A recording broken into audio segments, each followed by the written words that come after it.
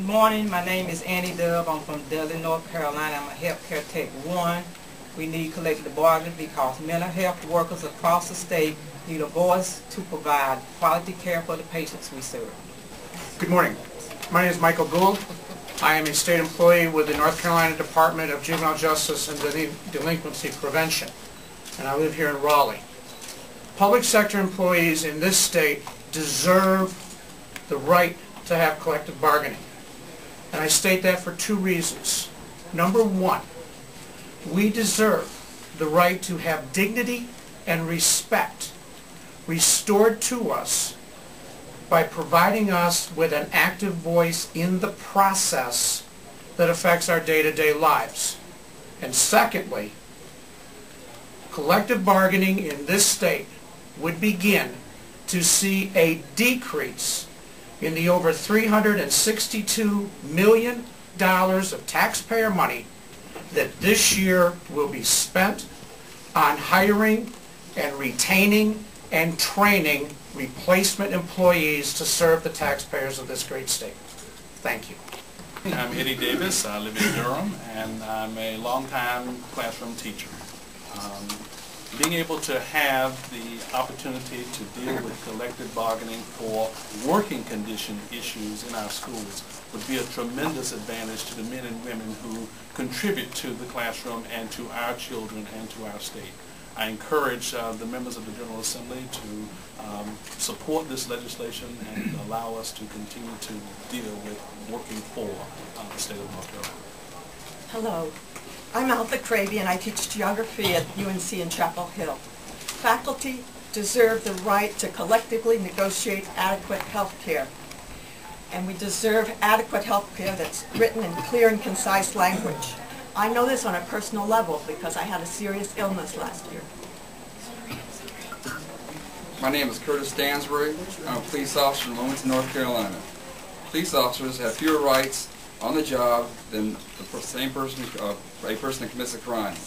We deserve the right to collectively bargain for job security. Police officers, firefighters, school teachers, and all the public employees here today deserve the same right as the private sector. Thank you. What may surprise some is that we have local government officials who agree with them. The Town Council of Chapel Hill and the Durham City Council have passed resolutions in support of collective bargaining. And we have 2 mayors who are here today to speak in support of House Bill 1583. We have the mayor of Carrboro, Mark Chilton, and Yvonne Johnson, the mayor of Greensboro. I want to say, those of us who serve as mayors are tremendously grateful to those people who choose their career path being public servants and working for our town and city governments.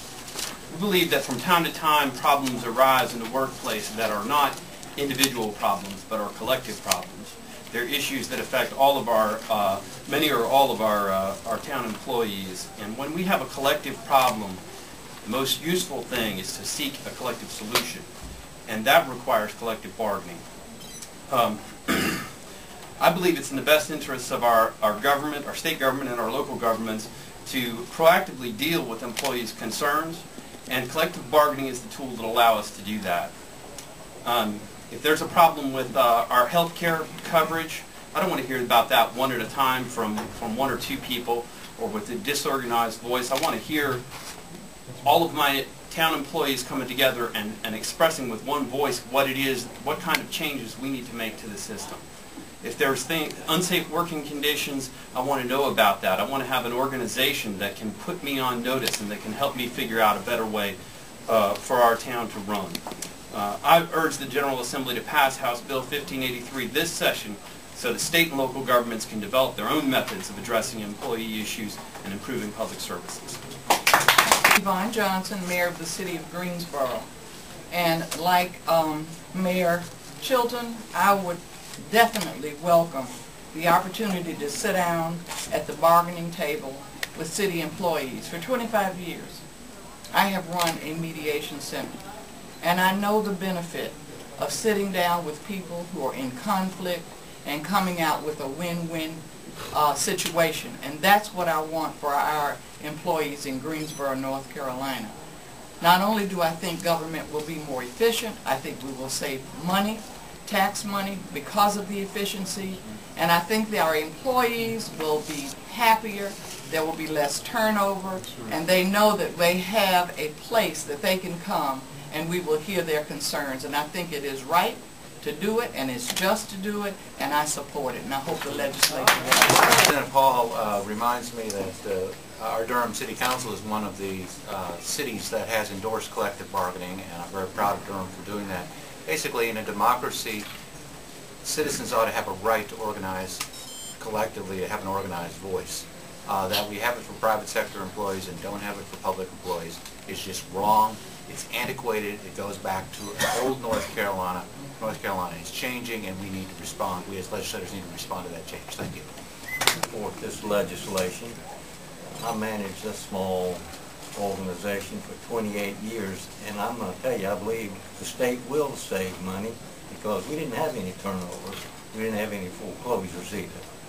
Now is the time, this session, to repeal the ban on collective bargaining. That's the message legislators have heard today from local officials, from public employees, and from community activists. Now we want to hear from legislators, and I hope they will think carefully about the message that they want to send. Keeping the bargaining ban says to local officials from Asheville to Wilmington that we, the General Assembly, expect you to provide quality, efficiently run services to your citizens, but we won't give you the freedom to develop local solutions to your personnel issues. It says to school bus drivers, we trust you enough to drive hundreds of children safely to and from school every day, but we don't respect you enough to allow you to negotiate a family-sustaining wage. It says to police officers and firefighters, we expect you to risk your lives to protect us, but we don't even think you deserve the same right as a security guard at the mall to negotiate for more training programs and better job security. It says to sanitation workers, to school teachers, to all of our public servants, that we expect you to work hard every day to provide us with the basic infrastructure and services we depend on, but we don't even think you deserve the same rights as workers at Walmart. Is that the message that legislators want to send to the hundreds of thousands of public employees in this state? Something is seriously wrong in North Carolina when workers at Walmart have more rights than our state's police officers, firefighters, and school teachers.